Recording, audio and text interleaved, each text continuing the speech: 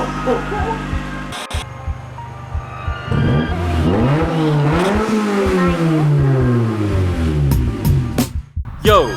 So today we're going to be performing a pretty basic piece of maintenance on my car, an oil change.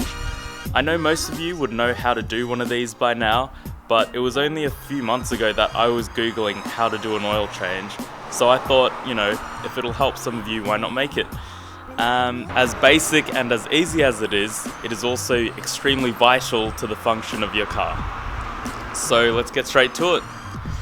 Okay, so the oil that I'll be using today is some fully synthetic 10W40, and the oil filter that I'll be using is a Ryco oil filter, which is currently on its way.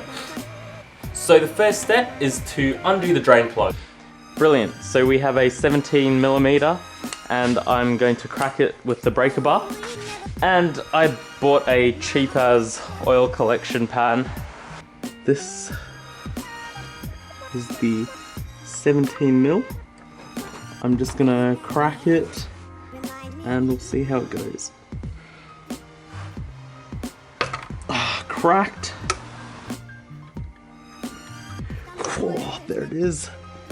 Okay, I didn't do too badly for my first go. We've cracked the drain plug, and now it's a matter of removing the oil filter. Alright, I've tried removing this oil filter with an oil filter removal tool and some sandpaper, but it seems to be stuck there for good.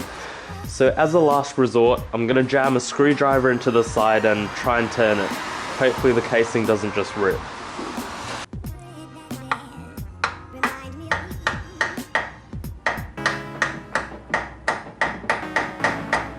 It's just making a dent in the plastic.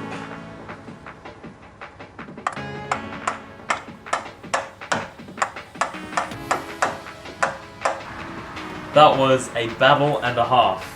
Got oil everywhere, but eventually I did manage to get the filter off. As you can see, the numerous puncture holes which we had to make in order to be able to turn it using some leverage from a screwdriver. Alright, so after a quick Google, the Z547 and the Z411 seem to be almost identical filters according to some users on Aussie Honda. Where else? So before putting the drain plug back on, you'd want to replace the crusher washer, which it goes through like that. And then it's simply a matter of just putting it back on and tightening it to spec. So now I'll just coat this ring with a bit of oil to prevent what just happened from happening, hopefully. The drain plug's already back on, and all that's left to do is top up the oil.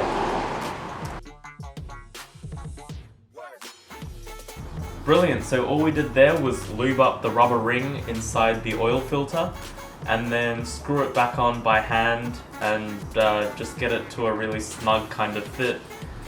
So we just remove the oil cap.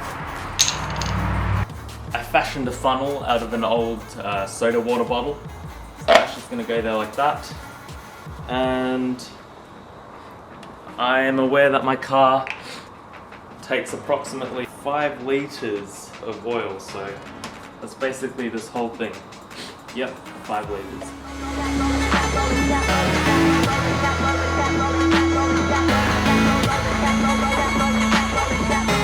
So there's about 300 milliliters left in the bottle. I'm going to start the engine and let it sit for about 30 seconds, and then I'm going to move it off the planks of wood so that we're on level ground.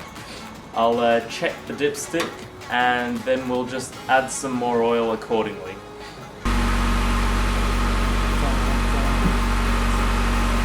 So what you have to do is pull it out, wipe it clean, put it back in, pull it out again, and then you've got an accurate depiction as to how much oil is in your engine.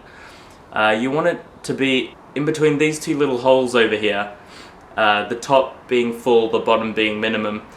I've still got about 100 to 300 milliliters left in the container itself, which means, you know, I have a bit for top-ups in the near future if I need any. So that's all for today, and now it's just a matter of disposing of the oil. Work.